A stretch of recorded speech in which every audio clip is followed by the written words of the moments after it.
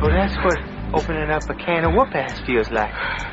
Son, you just opened a whole case of whoop-ass.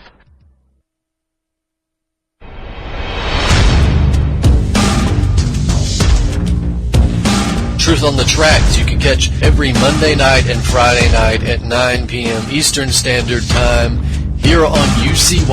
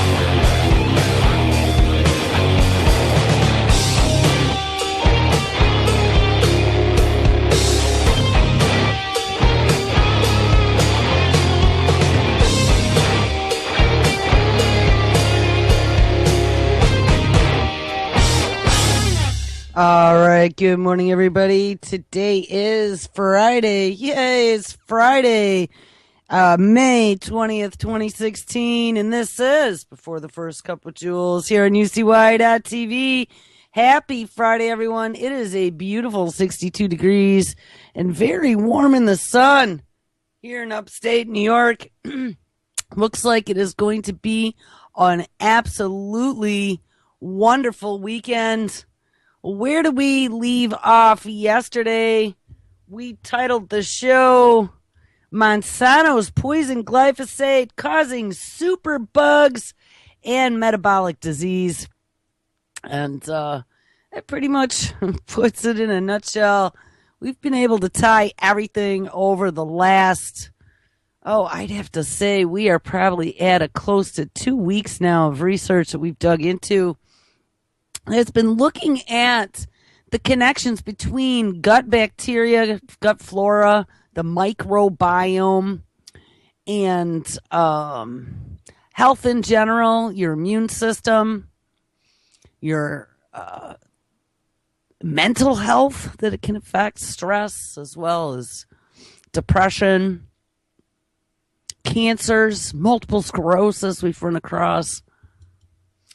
The gut bacteria is so important in the functioning of your bodily ecosystem for you to be you. And it ends up that glyphosate is probably one of the most prevalent pesticides ever in the history of mankind, according to Dr. Mercola, could be potentially disrupting your bodily functions, making you not you, making you not who you once were, with the gut bacteria influencing your brain, your moods, your metabolism, your immune system. That when that gets altered, and even just a little bit, and they're doing all kinds of experiments now. You heard Dr. Huber talking about when they just put a little bit of glyphosate into the water of the bees, It was causing a 34% mortality rate.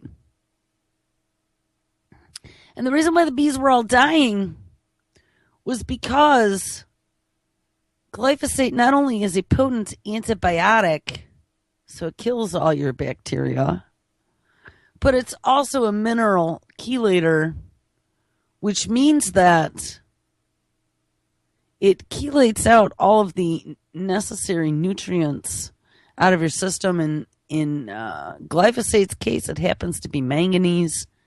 Manganese is necessary for a lot of different bodily processes. Another thing that we saw too last week, but don't worry about all of this gut flora decimation because, hey, Synologics, spinning out of MIT, invested in by the Bill and Melinda Gates Foundation, and they'll be able to program up some custom bacteria just for you that'll be able to go in, retool your gut, fix it all up. And the best part was it could identify inflammation and then cure inflammation all in one fell swoop. Well, I'm going to talk about some interesting stuff here today. My entire browser, just as I was dialing into the show, started to get shockwave flash errors. So I could not even click on not even one of the 22 tabs that were open and have it display. So while I was talking, and you probably didn't even know, I very carefully hit the close button for Firefox, because when Firefox reopens, it says, "Oh my goodness, you had an issue. Can we reopen all your tabs?" And I say yes. Well, guess what? I closed them all. I never got that recovery question. And not only did I not get that recovery question, but I can't even click on my history because nothing clicks. So we just lost the whole show, guys. Wow. Well, all right. And there was a lot of good stuff there, all waiting for 2 weeks now, but that's all right because, you know what, there was a couple news stories that we'll just go on to and give it a rest. I'm tired anyway. It's Friday. All right. So the story came out yesterday. Interesting. We've been talking about all this gut bacteria. I think we've established pretty well the gut-brain connection. We also saw the whole vagus nerve is involved there. We've talked a lot about that. But listen to this at ScienceDaily.com. Antibiotics that kill gut bacteria. So we already know that. We know that the antibiotics in our food, the antibiotics that they're putting into the farm animals, the antibiotics that the doctors are prescribing us, and the glyphosate that is sprayed as a pesticide on our non-organic foods that we ingest is a potent antibiotic as well. And those antibiotics are killing the beneficial gut flora that then have a very major impact on us as an organism. Well, they announced yesterday in a study, antibiotics that kill gut bacteria also stop the growth of new brain cells. What? Yes, glyphosate could potentially, by killing your gut bacteria, stop the growth of new brain cells. This is out of Source Press, is the publication. That is a journal where they publish studies. Antibiotics strong enough to kill off the gut bacteria can also stop the growth of new brain cells in the hippocampus, a section of the brain associated with memory, reports a new study in mice. Now, guys, if glyphosate is helping wipe out our memory,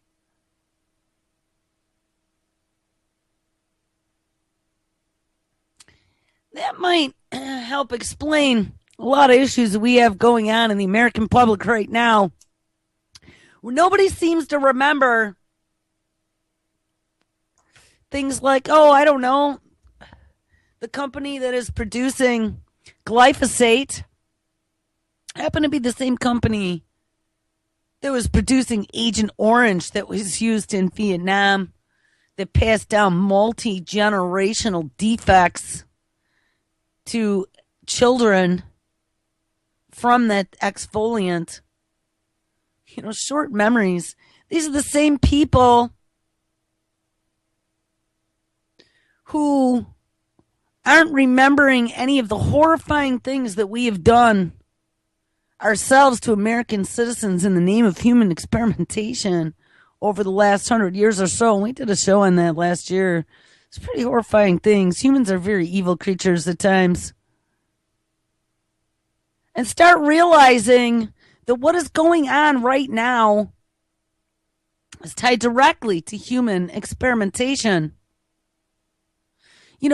All of this that they're doing with the glyphosate and with the vaccinations, we're going to talk more about that because you want to talk about scary. I've been warning you guys for a long time now, and it looks like it is coming. And when I went to bed last night, I was laying there thinking to myself, there's no escape now. There is no escape. They're going to force all of us. They're going to force us to be mutated. And I am not even exaggerating in any way, shape, or form about this mutation. Like, they came out 100% in a New York Times article talking about what we've been talking about, except in a very matter-of-fact way. Some of these new vaccinations that they're working on with the synthetic human genome and synthetic DNA that they've been making from viruses and bacteria and the genetic modification. Remember, it's the same technology that they're using to make some of these new vaccines that they're using to genetically modify foods. They want to use it now to genetically modify people. And not just genetically modify people, but genetically modify our immune system. And I talked about DARPA's program on that. They put out an RFP. They were looking for proposers, looking for people, companies, to build them a synthetic immune system for humans. Because you know what? The human immune system is just so archaic. It can't keep up with diseases that come around. Like every year, like the flu. Oh, goodness. We can't keep up with the flu. So let's create a synthetic artificial immune system that we can inject into people that then could be the sentry, and anytime it finds something anomalous, go in and seek and destroy, build antibodies against it. Do just like the Bill and Melinda Gates Synologics. Bacteria will do, seek and destroy. Right, we talked about that. It was very similar. Whether it is the gut or whether it is the white blood cells. Hell, why don't we have multiple synthetic immune systems in our body? One for the gut and one for the blood. Because that's what it's looking like. Or let's just get Ray Kurzweil's little nanobots in the blood. They can go munch up any cancer cells that it finds. Guys, I'm telling you, it has come to this point now. So the very next thing that we need to do is make sure now we stop the growth of all new brain cells of Americans before they realize what's happening to them. Oh, well, let's load their food with glyphosate. Yes, let's read about this. Antibiotics strong enough to kill off the gut bacteria can also stop the growth of new brain cells in the hippocampus, a section of brain associated with memory. Researchers also uncovered a clue as to why a type of white blood cell seems to act as a communicator between the brain, the immune system, and the gut. We found that prolonged antibiotic treatment might impact brain function. And you're saying, why are you talking about glyphosate when they're talking about antibiotics? We established yesterday that glyphosate is itself a potent antibiotic, i.e. killing bacteria, not only in your body, but in the soil and in the animals that ingest it as well. And that was per Dr. Huber, 50-year animal and plant pathologist out of Purdue. That's where he's from, Purdue University, Professor Demetrius. If you haven't seen Dr. Huber, look him up on YouTube. You have to watch some of his interviews.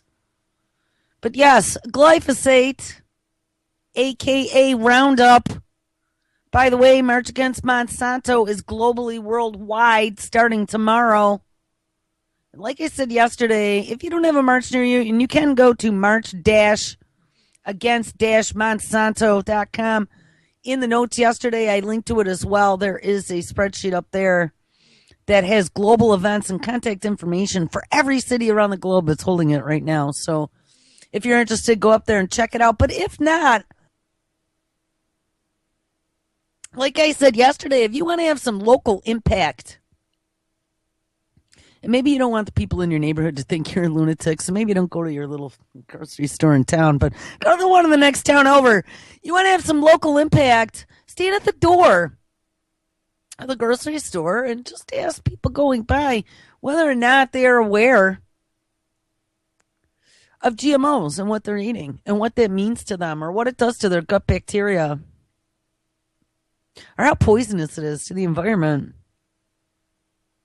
How it's causing issues with your immune system and with your digestion and killing your gut bacteria, which also causes problems in your head, depression and stress levels, schizophrenia, multiple sclerosis. We've read so many things now that can be controlled by your gut bacteria. So if something such as glyphosate is decimating that gut bacteria, we got a big problem.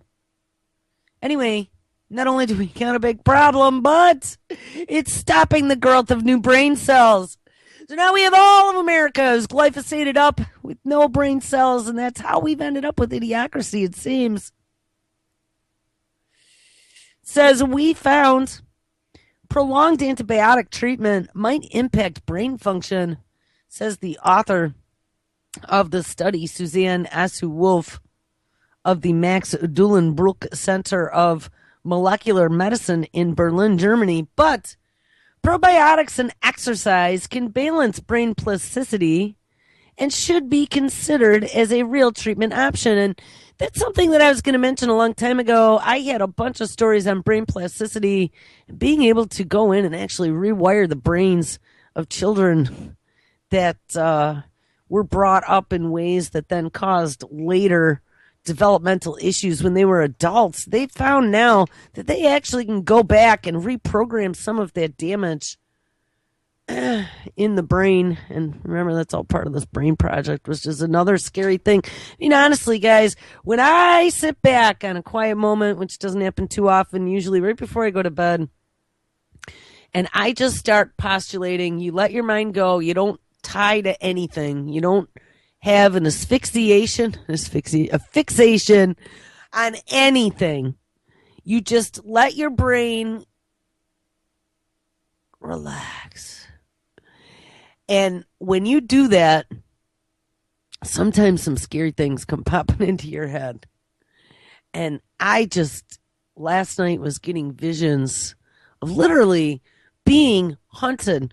I mean, if they got all this new mad science, and trust me, I saw yesterday now they want to do mandatory forced vaccinations in Africa. Because now what? Oh, epidemic of yellow fever.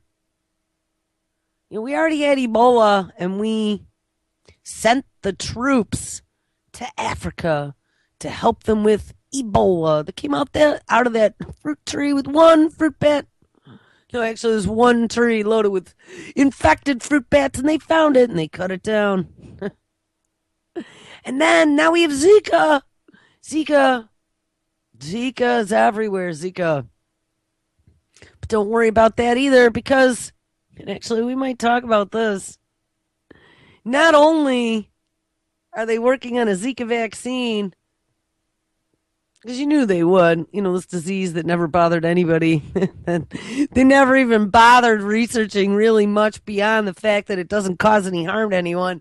That disease, that's mutated to the point now where it's a global epidemic, and it's making babies have half a brain and all these other horrible, horrible side effects. I'm not going to say that's not happening, but What I am going to say is how amazingly out of the blue this innocuous disease just blossomed to the fact where now it's going to be this massive pandemic to the point where the United States is trying to earmark $1.9 billion in emergency funding for all of these SWAT, Ebola, Zika SWAT teams for the CDC.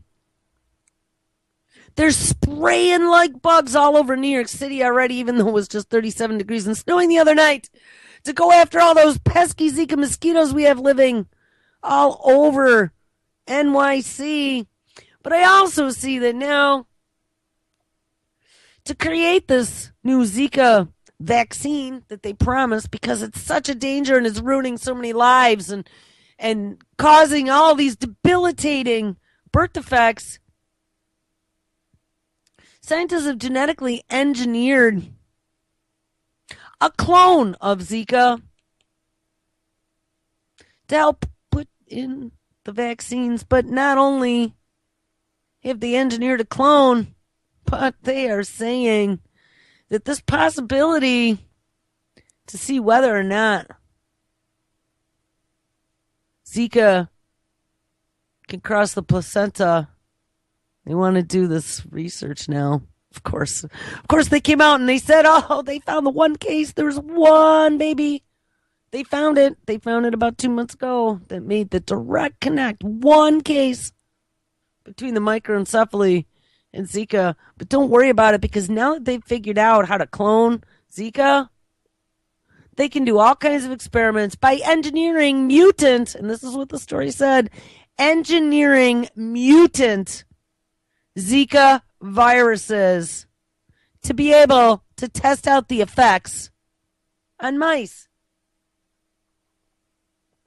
So out of the Zika fear porn that came out of the Ebola, fear porn that came out of the measles, fear porn, we now have scientists that are being given $1.9 billion to engineer. And literally, the story, and this is out of medicalexpress.com, the story literally says that they have confirmed the creation of cDNA clones of Zika virus, which will allow them to, quote, engineer mutant Zika viruses and test out the effects on Zika mice. So we just gave them carte blanche. We found out a while ago they had taken that 1918 flu pandemic and had re-engineered that so it was all good and all kinds of more virulent. They made new versions of that bird flu, published those all over the place. So, hey, what the hell? Why not? I just saw yesterday, too, had I not lost every single 27 tabs that I had opened, that one of the scientists, and I didn't read it close enough to remember or to be able to even see it in my mind, like try and make myself read it off the digital screen I saw last night in my head. But one of the scientists that have been working on the Ebola project back during our outbreak is now working on some of this new gut bacteria, symbiotics, artificial bacteria, synthetic bacteria project, which is kind of frightening because I'm going to tell you, there's not even a dotted line. We've talked about this a lot of times before. Dr. Huber's a big connector. It is a big black Sharpie. Let's get them all out, people. If you don't like Sharpies, get one of those whiteboard markers. You know the ones I'm talking about, the ones that you can just wipe off with a rag or your hand. Sharpies are permanent, but I like Sharpies, and they smell good. Take that big black Sharpie and draw a big direct connect line from everything we're talking about to the United States former, but it doesn't exist anymore, wink, biowarfare program. Guys, this is all government funded. This is all under the guise of the DoD. They have to make everything an emergency so they can get dollars, so they can do mad science come in. All the other countries of the world, according to that non-proliferation agreement for biological and chemical weapons we inked back in the 70s per Nixon, all the other countries in the world say, no, there's no biowarfare program in the United States because they inked that, thing that said that they didn't do that anymore. Well, no, but Nixon said we're going to still be on the defensive, and the defensive would be to make sure that we have vaccines, make sure that we can protect our people, make sure we have all kinds of experimental stuff going on. So with the you're going to give me, I don't remember what it's called. Oh, some act that Bush put through that in the event of an emergency, they can utilize some of the untested stockpiles of vaccines for all the different diseases that they have. Project BioShield. On the general population without it ever being tested. Phase 1 human trials. Now remember, it was always considered unethical to test on humans, except in the case of an emergency. But we've already had a few of those, bird flu, cow flu, whatever it was called, bird flu, dog flu, swine flu, all coming at once. I think it was the swine. It was the bird. But they've already done that. They've gotten people used to being Pavlovian now. Second they hear pandemic, people get scared. Because remember, they don't have new brain cells. The American public is being affected to the point where they are not growing new brain cells, according to the new study. And they'll line up. And they'll become the guinea pigs again. The sad fact of the matter is that they've trained them so well. And they've pointed, I've seen story after story talking about what a lunatic people like me are, debunking everything we say, even if it was so beyond truth. And I mean, everything we talk about is truth. They point to how, causation doesn't mean that, all the facts of the research was there. But no, but it should at least raise a question. You know what? Let there be a question. Just don't blindly accept what people tell you. Don't blindly accept the general message that is being fed out of every media outlet. Doesn't that tell you something? If everybody's got the same message and nobody's questioning, like that study we read yesterday, where it was actually 20 scientists. I couldn't remember yesterday. I kept saying 200. 20 scientists, 900 papers. Over 30 years they went back looking at GMOs and all the documented research. And those 20 government paid, by the way, for the study scientists concluded that there was no health effects at all anywhere being caused to the humans or to the environment from genetically modified organisms. We spent the whole show yesterday pointing how even if these 20 scientists, we could give them any benefit of the doubt that they weren't being skewed by their government paycheck, that they might have at least questioned just once this connection here we're talking about with the antibiotic properties of glyphosate, which is sprayed all over Roundup Ready crops, which are genetically modified, and the decimation of your gut bacteria, which then creates this cascade of what we like to now affectionately call Western diseases.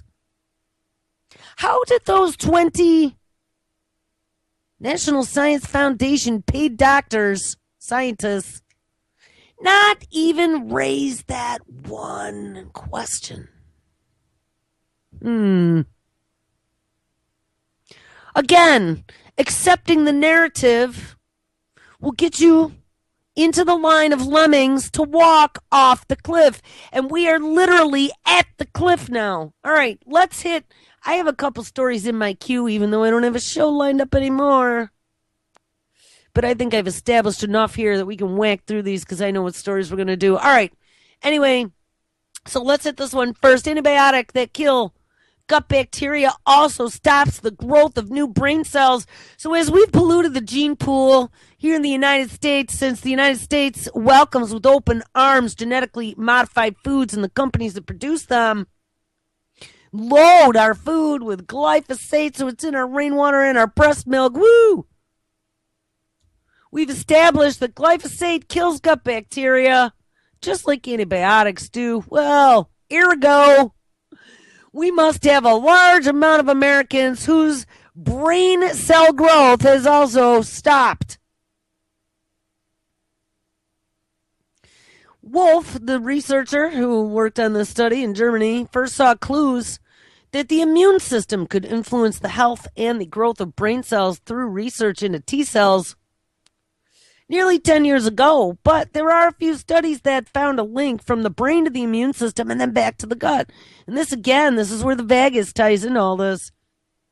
In a new study, the researchers gave a group of mice enough antibiotics for them to become nearly free of intestinal microbes. And all they would have had to do, actually, we found in a story, was eat McDonald's for 10 days, right? McDonald's can decimate your gut bacteria as well because of the antibiotics and the glyphosate.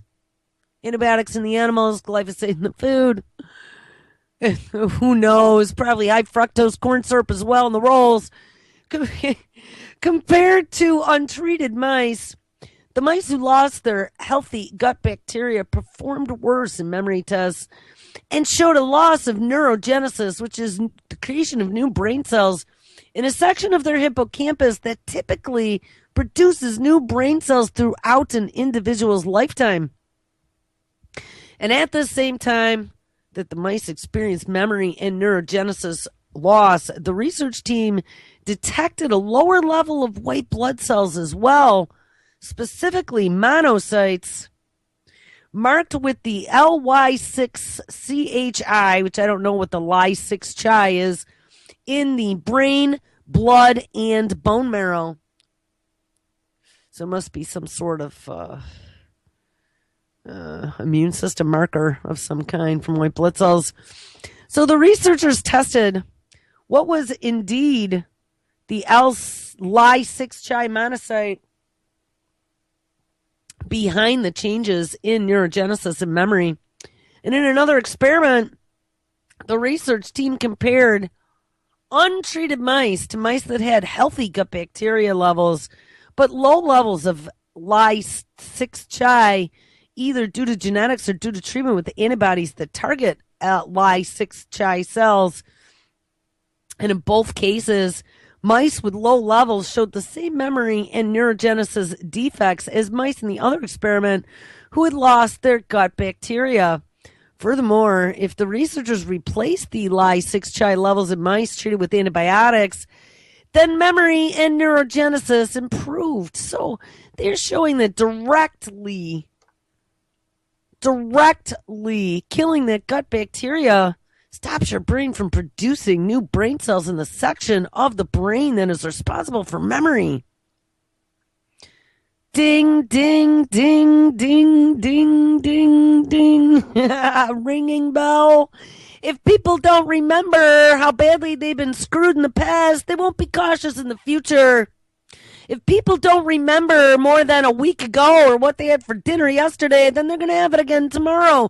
You know, think about how we also discovered, because there was a study that was amusingly commissioned by Microsoft to take a look at how electronic devices affect memory.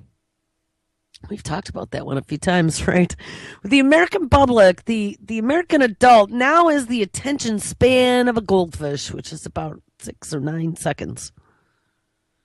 And it's because we've offloaded our need to remember things to the internet, to our devices. We don't even need to remember birthdays anymore. We don't need to remember the first day of spring. We don't need to remember how to wipe our ass because guess what, Siri? How do I drink a glass of water? It's getting to that point. It is getting to that point where they're creating, like if you've studied anything about personality disorders and different psychiatric disorders, like my favorite happens to be narcissism. I've dug into that over the last few years trying to get a grip and understand, since I know family members and friends that are all afflicted with this American disease that we seem to be creating this entire generation of American narcissists. So it's all normal. But, if you tie, and I totally lost my train of thought on that, so don't worry about it. If you tie back to the damage that this is doing, and you look at how it's affecting our brain and our memory, and offloading everything to the machine, becoming these dependent, codependent, helpless, almost childlike population that are depending upon Big Brother to come save them from everything. Big Brother is going to come save us from everything. With all these scary diseases out there, oh my God, never before seen. I said yesterday, what really scares me is as they're engineering stronger and stronger insanity in the lab, and they're going to make these mandatory someday. It's not going to be about you or me or our personal choice. It's all going to be about the name of safety. And if you remember that horrible reaction that we had from all these parents about how awful it was that Johnny had his Disney World vacation ruined by that little granola crunching kid who they say didn't have their measles vaccine. And it caused this outbreak. And oh my God, measles is just so horrible. Oh, the humanity. And that was when the full-out assault on anti-vaccine parents, or how about even parents that question vaccines, not even anti. And I think the parents right now that aren't questioning anything must have had a little too much antibiotics in their diet, whether it be from their doctor and their glyphosate-laden food. So their brain isn't producing new brain cells anymore. Because if you look at the technology that's going on, or you even ask one question of your doctor and you get that evil stink eye like you're one of those parents, you should have all your red alarm bells going off. That there is something very wrong here, people. The fact that a parent is not allowed to question the ingredients that are being pumped en masse into their child, recombatant components from other animals and creatures, cancers, serums, cows, pigs, chickens, who the hell knows? And then aluminum and mercury. Oh, let's put that in our baby too. If you even ask one question, you're looked at like a pit viper lunatic. You are just enemy number one. Anyway, so let's finish this because now I'm already running out of time. I just ramble. It says, it was surprising that in this experiment, the normal fecal transplant, fecal transplants seem to be becoming main place now. And the scary thing about fecal transplants are that when they take up bacteria from one organism, like one organism that has quote unquote good gut bacteria, and they transplant it into another person or animal that has bad bacteria, right? We read about those behavioral transplants. It literally can change the personality of the creature that gets the fecal transplant. There's that much of a direct connect between your gut and your brain. It literally can change the personality of a mouse from being a scaredy mouse, not outgoing, hiding in a corner, not looking over the edge, not wanting to get off that rock, to one that is courageous and interested and investigatory. They could take people like you and me, ones that ask a lot of questions, ones that don't believe anything until they've proven it to themselves, and turn us into one of these people.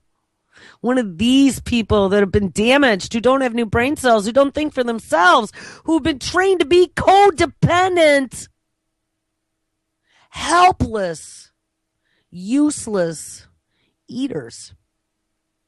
I don't want to be one of them. I've never been one of them. I've never asked anyone for anything. I mean, yeah, I've asked people for things. Please give me some love. But you know what I mean? Like, I don't depend on people for things. I do it myself. That's how I get my dopamine dose, is accomplishment. That's what chasing after the dangling carrot for 25 years has done. Accomplishment is my reward. And especially now, when all I do is operate in the red 24/7.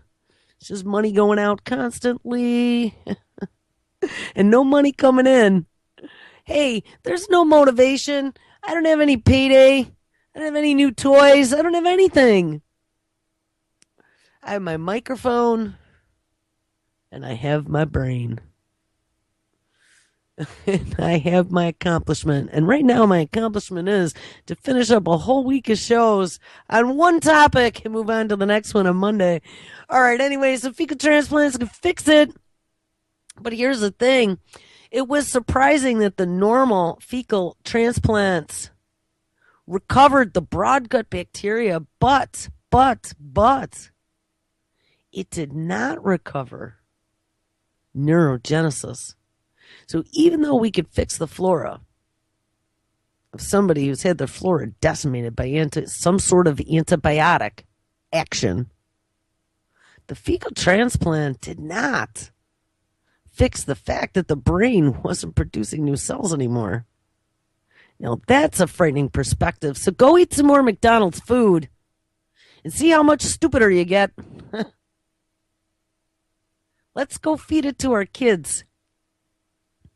Says this might be a hint toward the direct effect of antibiotics and neurogenesis without using the detour through the gut.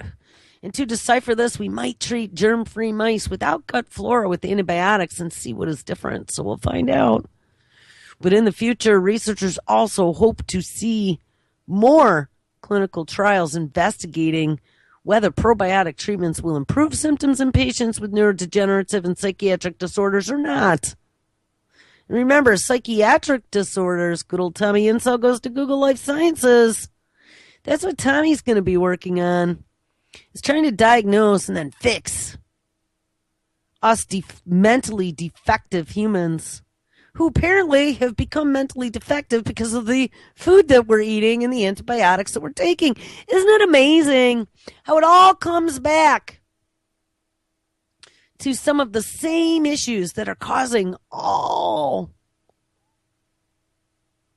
of an entire gamut of issues?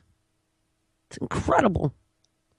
It says we could measure the outcome of mood, psychiatric symptoms, microbiome composition, and immune cell function before and after probiotic treatment. And I just thought, I saw a story right before bed yesterday, as we're having this big conversation about the microbiome. We've spent now, this is, 2 weeks now, we've tied back into this. I ran across a story yesterday out of MIT Technology Review. I hadn't seen this before. Why Obama? Right, we talked about Obama throwing all kinds of money, $1.9 billion they're trying to get through for the Zika initiative. And of course, they had the whole Ebola SWAT team last summer. They passed the White House super bug funding because of all this antibiotic resistance. Oh my God. And we established yesterday that much of this antibiotic resistance that is going on in the environment and in our bodies, again, could potentially be tied to the overuse of glyphosate, since it is a potent antibiotic. They found in research that it was killing all of the weak bacteria. Now only the strong superbugs are coming back. It's not necessarily us overusing antibiotics. It's, again, glyphosate that could be exacerbating this problem. Well, check this out. This is May 19th, which was yesterday. Why Obama is now throwing $121 million into the National Microbiome Initiative. Who knew? I know I didn't. We now have a National Microbiome Initiative, just like we have a National Brain Project and all this other crap. It is abundantly clear that microorganisms play an essential role in maintaining the health of humans, animals, and plants, as we're genetically sequencing them all and finding out ways to make them all synthetic, yes. But how exactly they pull this off is still a mystery, so we better dump money into it so we can discover it, so we can then take full control over all living things on this planet. That seems to be the plan. It says, but now the mystery is one that the White House hopes to solve by way of a new microbiome research initiative. Specifically, the White House is proposing a federal investment of $121 million toward microbiome research to be divided among the Department of Energy, again, ding, Department of Energy, who in 2013 submitted their first, I don't even know what it was called. It was some sort of paper outlining their projects on synthetic biology to Congress. But the Department of Energy, we just saw too in that they were talking about the Brain Project and they wanted to make that brain surveillance center. Remember that? That was a few weeks ago. They again were talking about making the Department of Energy the center of the brain surveillance center. Like, completely whacked out. This new initiative is going to tie in the Department of Energy, NASA, yes, NASA is the white side to DARPA is the dark side, the National Institute of Health, ding, the National Science Foundation, oh yeah, the same science foundation that just hired those 20 scientists to say that there's nothing wrong at all with GMOs ever for humans or the environment, and we got to pull in the Department of Agriculture, because why? Oh, Dr. Huber, 50 years studying research on plant, crop, and animal diseases, came out and said, no, glyphosate is bad and it kills the microbiome. Well, we better make sure we get that Department of Agriculture in there to cover that up nice and good. This high-level goal is to better understand the behavior of microbiomes so that we can learn how to maintain and restore the function of healthy ones. Yes, and the Bill and Melinda Gates Foundation being invested in Synlogics, sponsored by MIT, spin-off out of MIT, so they can build synthetic biotics, they said. They can go in and manipulate and control your microbiome. It's just incredible. Incredible how all these pieces fit right together, all nice and tight like a puzzle. Much of this work will focus on developing new scientific tools for teasing out how the details of microbiomes work and how that varies depending on the particular ecosystem. In recent years, scientists have taken advantage of inexpensive genetic sequencing, and we've outlined that. It only costs a few bucks now, Johnny. We'll get you into the database, and eventually in the future, we're going to be able to push buttons and mix and match plant, animal, and insect DNA to create ourselves wondrous, wondrous creations in the lab, soon to be in the artificial womb. Okay, when I just look at this stuff, guys, we are engineering the nightmare end of all life as we know it. You know, as I was getting ready for bed, a little kitten jumped down on my bed. She's trying to make me feel better about my little Simey being gone. She would always be waiting for me, waiting endlessly for me to come to bed.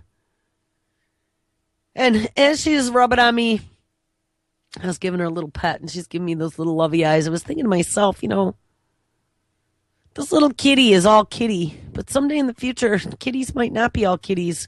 They might tell me that kitties have toxoplasmosis, and that's dangerous for me because that causes mental disease and rage disorder, so I can't have my kitty anymore, at least not a natural kitty from the wild. They will all need to be exterminated, and I will need to have a new genetically engineered kitty cat.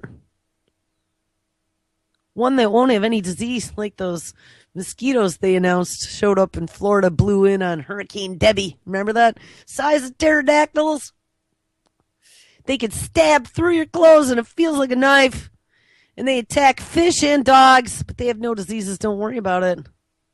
They just blew in out of the blue from somewhere.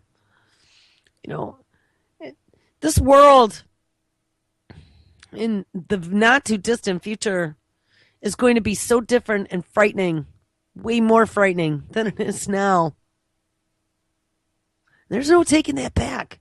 Once they start completely throwing our genetic code out a window, and like I talked about, we got that sea vault up in Iceland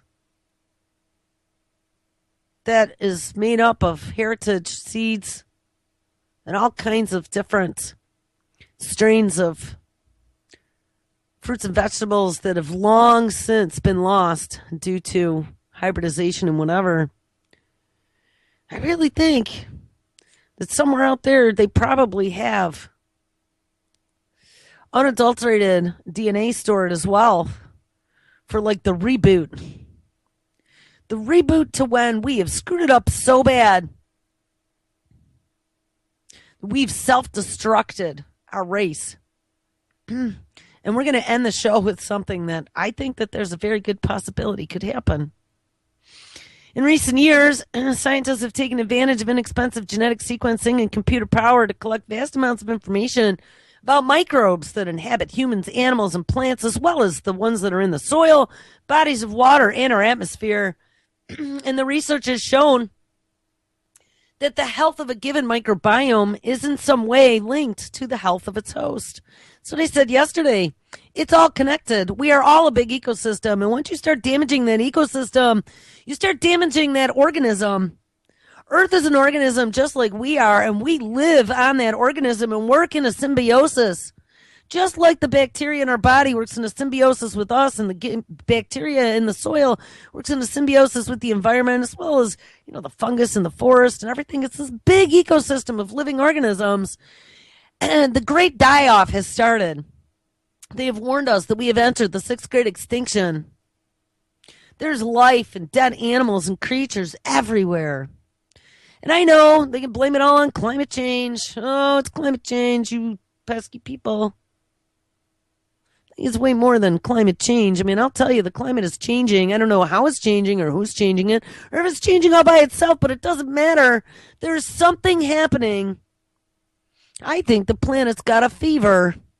Isn't that what happens when you get an illness? Isn't that how your body protects itself? It heats up really hot, hoping to kill the organisms that are causing the damage. No, I think it's our only chance. Let Mother Earth shake us off like the cancer that we are. It says, while we have a pretty good idea of which organisms are present In certain well-studied microbiomes, for example, the one in the human gut, little is known about how they interact with each other and their host. Except that we just discovered by killing your gut bacteria, it also stops brain cells from forming.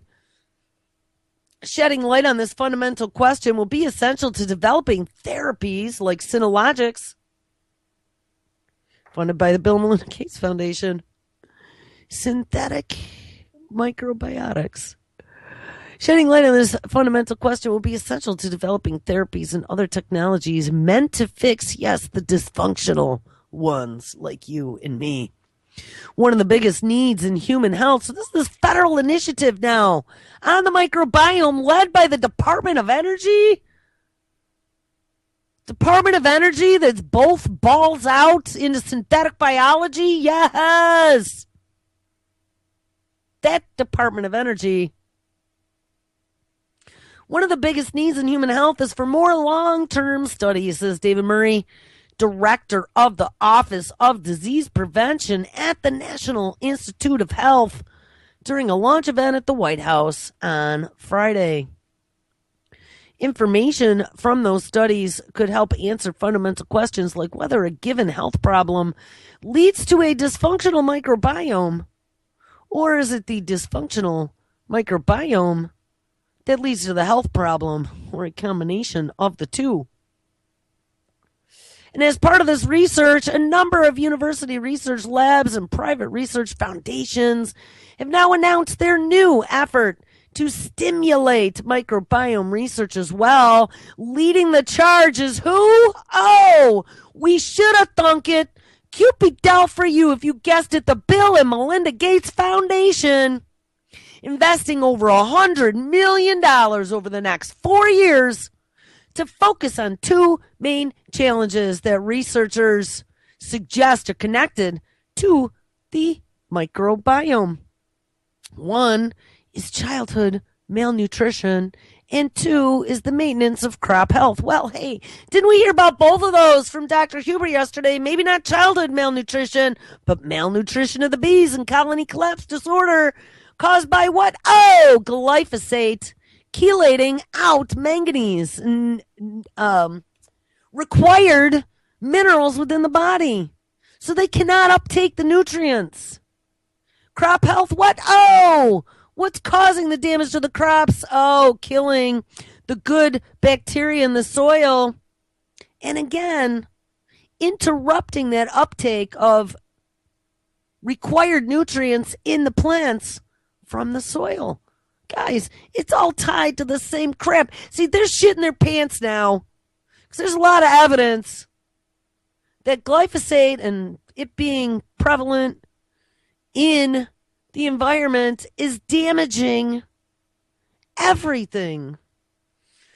All right, well, I rambled too long, and now I'm going to get pissed because everything is kinda hanging on my machine, and I might have to sing. Here it is. I might have to sing for you. All right. The prospect of genetically engineered people to resist infections and disease may raise some concerns with future patients, but don't worry about it. The New York Times released a story about a team of scientists who could prove that they have an enormous step forward to protect you against disease without a vaccine. Scientists at the Scripps Institute said that they have developed an artificial antibody that, once in the blood, grabs a hold of viruses and inactivates them. And they could use this approach for HIV, Ebola, malaria, influenza, and hepatitis. And what it does is it takes a dead or weakened pathogen, just like in the old days. But now we're going to sequence it, and we're going to synthesize an artificial version. Then these genes are placed into viruses and injected into human tissue, usually your muscles.